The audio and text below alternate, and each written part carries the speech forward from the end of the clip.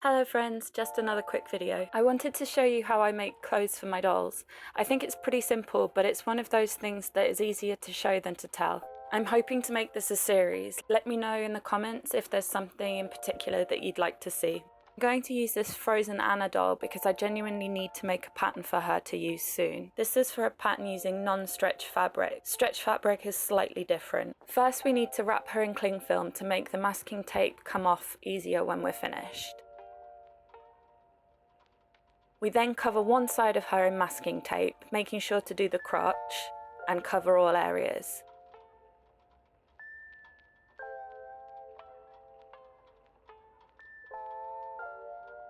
Mark the waistline, crotch seam, the inseam and the side seam.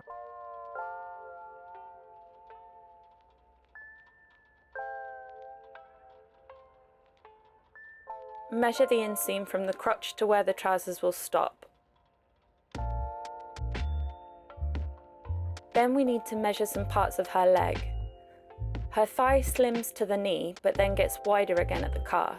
So we need to see the circumference of her calf and add that to the pattern to make sure we will be able to get the trousers on once they're sewn. I measure how far down the leg that measurement will be and take a note. We need to do the same with the ankle.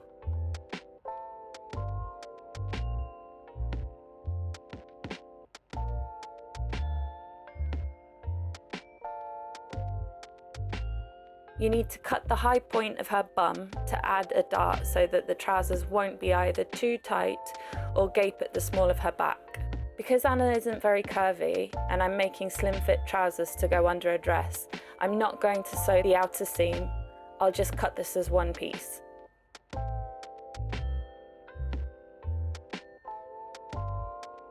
From the line of the crotch and the center of the pattern piece, I draw down the length of my trouser leg and add the measurement we got for the calf and the ankle using half on each side of this line. I use those measurements to find the rest of my pattern.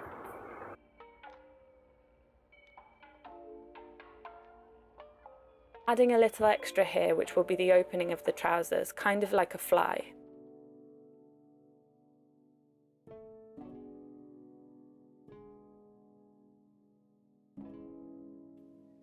Monster High dolls are similar but a little bit curvier, so I'm going to show you on this Abby doll.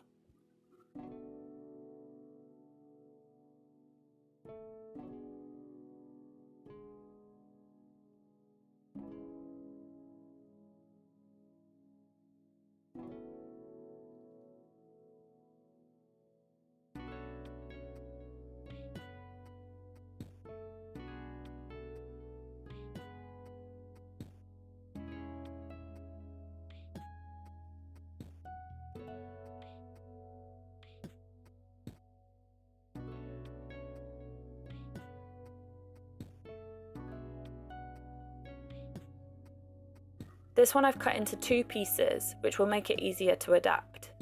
If you want a skinny fit, then you can make these two pattern pieces into one like so.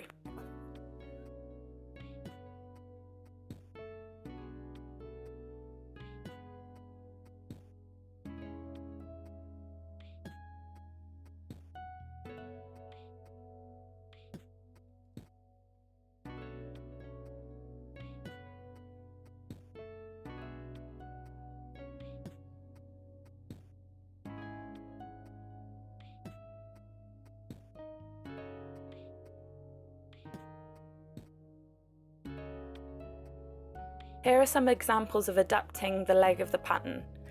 I found where the knee is, and to make a straight leg I've added a little volume. To make a flare I've added even more. Don't forget to add the seam allowance around the edge of the pattern after this. I learned how to make clothes and then how to make patterns on humans first, and it applies to dolls, so you can look at pattern making for humans as well to get tips and tricks. I add a 5mm seam allowance. I'm going to show you how I put the trousers together with the Anna pattern, again because I genuinely do need this pattern and I want to see the fit. Usually I would fray check the edges of the fabric before sewing, but I completely forgot when I was making this. These are a test fit. I would always encourage you to make a test fit, ideally in the same fabric or at least a similar fabric to what you will use in your final piece.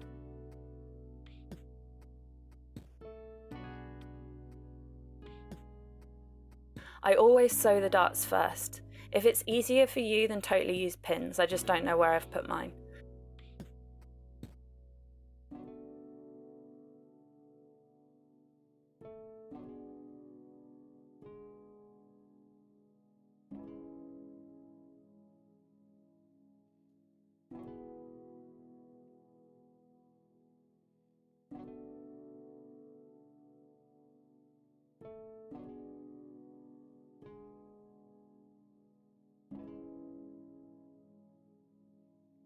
Line up the crotch and sew down the entire inseam.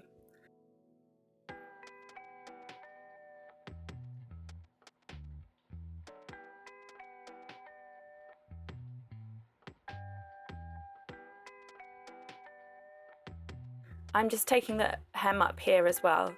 I'd sew it more neatly in the finished product, and I'd actually do it at the very end of putting the garment together.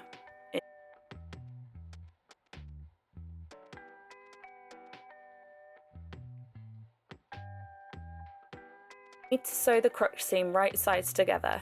To be able to do that, turn one leg inside out and then put it inside the other leg.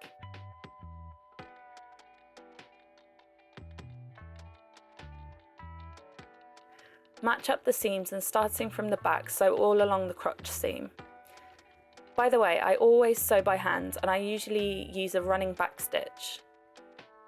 Because these are an underlayer that potentially won't be seen, I'm going to turn down the waist hem to finish, but you could totally add a waistband if you wanted to.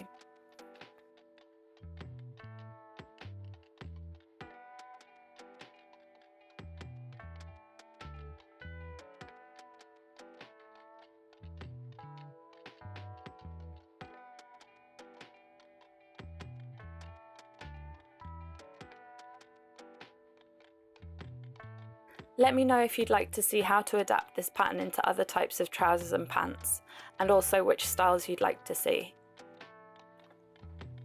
Thanks again for watching, and I'll see you again soon. Bye!